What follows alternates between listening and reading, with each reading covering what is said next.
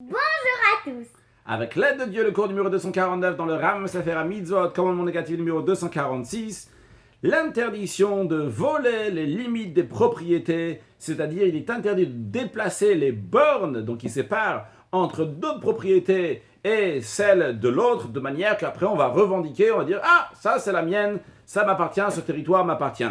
La Torah dit « Le tasig gvul re'echa » tu ne déplaceras pas la limite de ton prochain, c'est-à-dire que la borne qu'il y a entre le champ, entre le territoire de l'un et l'autre, on n'a pas le droit de le déplacer.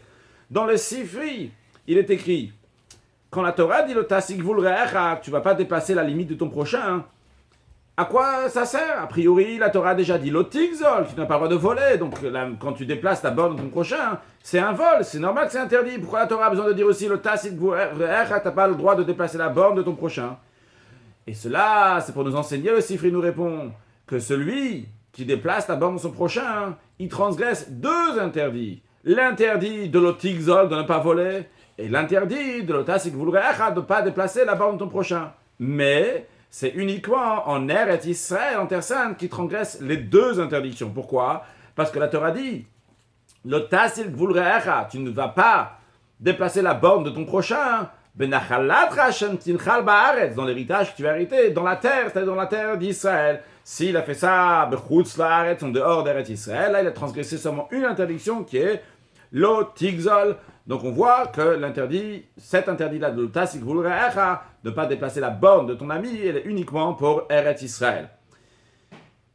Commandement négatif numéro 243. Il est interdit de séquestrer un être humain du peuple juif, donc de voler un homme, de kidnapper quelqu'un. Comme il est dit dans la Seret HaDibron, dans les 10 commandements, l'otignov, tu ne voleras pas. Ça fait référence à ne pas séquestrer un être humain du peuple juif.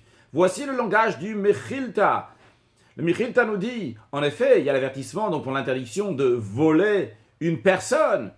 D'où on apprend ça, de l'otignov, de ne pas voler.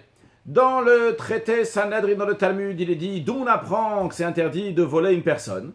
On a deux opinions. A priori, deux opinions. Celle de Rabbi Yoshaya qui dit, parce qu'il y a écrit l'otignov, tu ne voleras pas. Et celle de Rabbi Yochanan qui dit, loimachumim karet aved, que le peuple, on n'a pas le droit de vendre un esclave hébreu comme on vend d'autres serviteurs. Mais ici, donc, lui, il fait référence à quelqu'un qu'on a volé. Si quelqu'un il a volé un autre, et cette personne-là qui l'a volé, il veut le revendre en serviteur. Et le Talmud dit qu'en vérité, Rabbi Yoshaya et Rabbi Yochanan ne sont pas deux opinions différentes. Les deux sont d'accord. Jusque l'un, il considère donc l'interdiction, il parle de l'interdiction de voler, du kidnapper. Et le deuxième, donc Rabbi Yochanan, il parle le fait de le vendre en tant qu'esclave.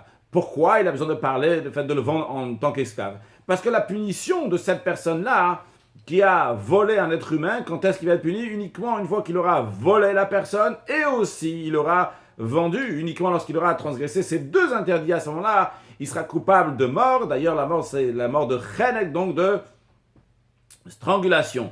La Torah dit, celui qui vole un être humain et il a vendu, donc il a vendu en tant qu'esclave, et on l'a trouvé, donc il était chez lui, mot yumat, il est mis à mort. Les lois de cette mitzvah sont expliquées dans le 11e chapitre du traité Sanhedrin. Donc évidemment, faire attention à chaque être humain, quand on dit ne pas voler un être humain, bien sûr il y a le sens littéral de ne pas voler, mais il y a aussi le fait donc de ne pas le prendre et le manipuler pour différentes choses. Évidemment, faire attention à chacun son importance, chacun sa place, que Dieu fasse qu'on rajoute tous dans des actes de bonté, de bienfaisance, et par cela on va accueillir Mashiach now.